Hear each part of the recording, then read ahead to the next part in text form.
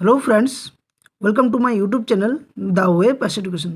So friends, এই মুহূর্তে একটা গুরুত্বপূর্ণ আপডেট, সেটা হচ্ছে আজকে অর্থাৎ আজ যে পর্ষদ সভাপতিকে কলকাতা হাইকোর্টে সশরীরে কিন্তু হাজিরার নির্দেশ দেওয়া হয়েছে। কেন এই হাজিরার নির্দেশ দেওয়া হয়েছে, কি কারণ এবং কি জটিলতা রয়েছে প্রাইমারিতে, তার সম্পূর্ণ তথ্য কিন্তু তোমাদের সামনে আমি ভিডিওতে উপস্থাপন করব।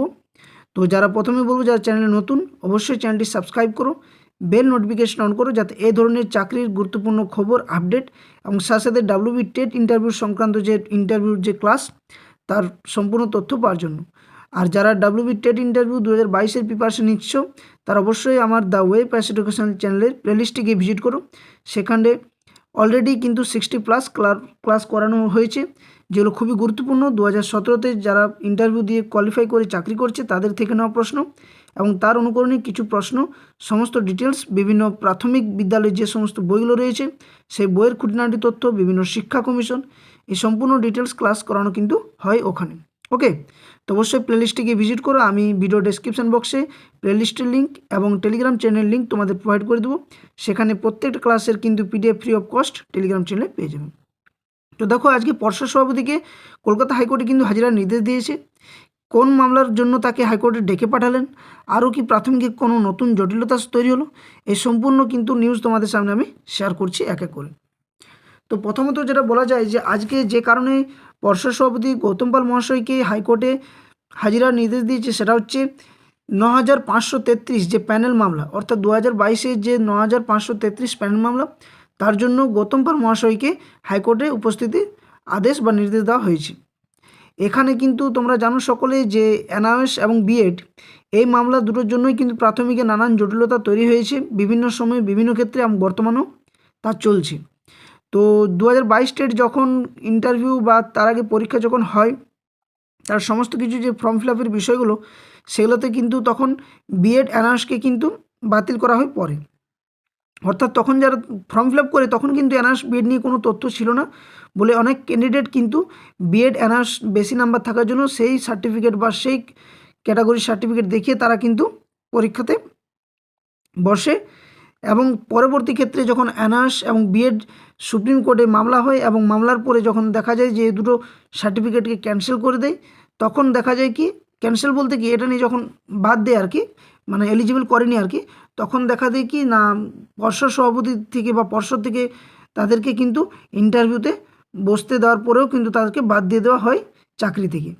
এবং সেই বিশেষে কিন্তু সুমন্ত কোলে সহ 11 জন যে পিটিশনার রয়েছিল, তারা কিন্তু হাইকোর্টে মামলা দায়ের করে, যেখানে ফিরদৌস শামীম স্যারের সহায়তায় এই মামলাটি হয় বিচারপতি রাজশেখর মান্থা স্যারের কাছে। এবং এই মামলা যখন হয় তখন তার আগে কিন্তু মানে পর্ষদ কিন্তু তাদেরকে কোনোভাবেই পাত্তা না দিয়ে বিষয়টা এড়িয়ে চলেন।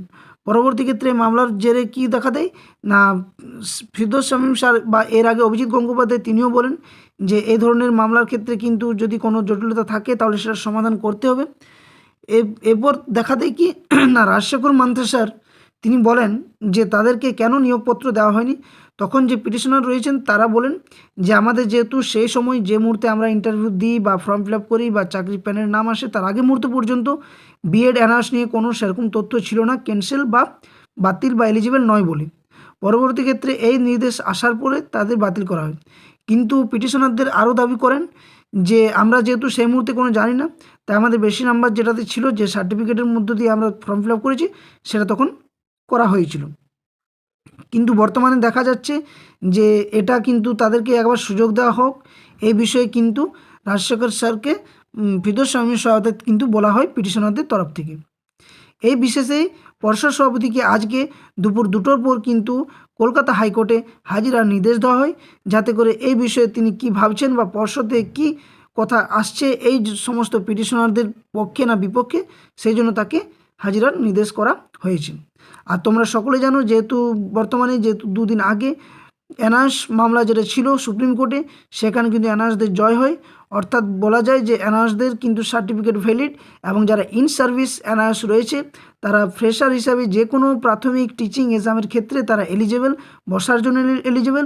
যারা 2022 স্টেট, অর্থাৎ যেটা 22 স্টেট কোয়ালিফাইড, সেখানে কিন্তু এনআরএসদের প্রথমে বাদ দেওয়া হয়, পরে কিন্তু 2022 স্টেটের ক্ষেত্রে এনআরএসরা এলিজেবল হয়ে যায়, অর্থাৎ তারাও কিন্তু ডাব্লিউবি টেট 2022 যে ইন্টারভিউ হবে পরবর্তী ক্ষেত্রে, সেখানে কিন্তু তারা ইন্টারভিউতে বসার সুযোগ পাবে।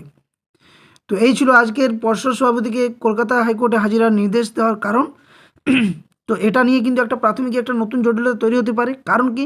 কারণ এরা কিন্তু এরপর কিন্তু 2022 যে অর্থাৎ 2017 যে রিক্রুটমেন্ট এবং 2022 যে চলতি রিক্রুটমেন্ট, তারা সেখানে কিন্তু সুযোগ সুবিধা পাবে এবং তাদেরকে প্যানেলের মধ্যে কিন্তু রাখার নির্দেশ দেওয়া হয় যদি এই যে পিটিশনাররা রয়েছে তারা যদি যে কাট অফ, সেই কাট অফ যদি তারা ক্লিয়ার করতে পারে এবং তার কাট অফের আন্ডারে আসে, তাহলে অবশ্যই তারা চাকরির জন্য এলিজিবল হবে বলে ধারণা করা হচ্ছে।